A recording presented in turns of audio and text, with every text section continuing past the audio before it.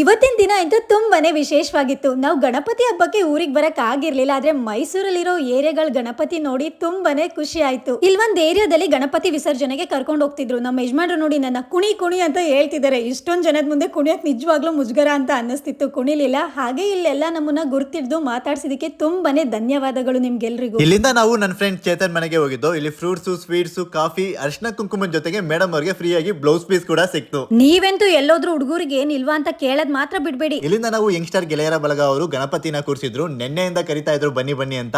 ನಮ್ಗೆ ಹೋಗೋದಕ್ಕೆ ಆಗಿರ್ಲಿಲ್ಲ. ಇವತ್ತು ಎಲ್ಲಾರನ್ನೂ ಹೋಗಿ ಮಾತಾಡ್ಸ್ಕೊ ಬರೋಣ ಅಂತ ಹೋದು. ಸುಮಾರು ಜನ ಗುರ್ತಿಡ್ದು ಮಾತಾಡ್ತಿದ್ರಿ. ತುಂಬಾನೇ ಖುಷಿ ಆಯ್ತಾ ಇತ್ತು. ಇಷ್ಟೆಲ್ಲ ಸಾಕಾಗಲ್ಲ ಅಂತ ಸ್ಟೇಜ್ ಮೇಲೂ ಕೂಡ ಹತ್ತಿಸ್ತಾ ಇದ್ರು. ಈ ಸ್ಟೇಜ್ ಮೇಲೆ ಹತ್ತೋದಕ್ಕೆ ಎಷ್ಟು ಅರ್ಹರು ಅಂತೂ ನನಗಂತೂ ಗೊತ್ತಿಲ್ಲ. ಆ ತರದ ಕೆಲಸ ಇನ್ನೂ ಏನು ಮಾಡಿಲ್ಲ. ಏಕಾಂಗಿಯಾಗಿ ಹೋರಾಡು, ದಾರಿಯಲ್ಲಿ ಯಾರಾದರೂ ಸಿಗಬಹುದು. ಏನನ್ನು ಬಯಸದೆ ಹೋಗು, ನೀ ಬಯಸಿದ್ದು ನಿನ್ನ ಹುಡುಕಿ ಬರುವುದು.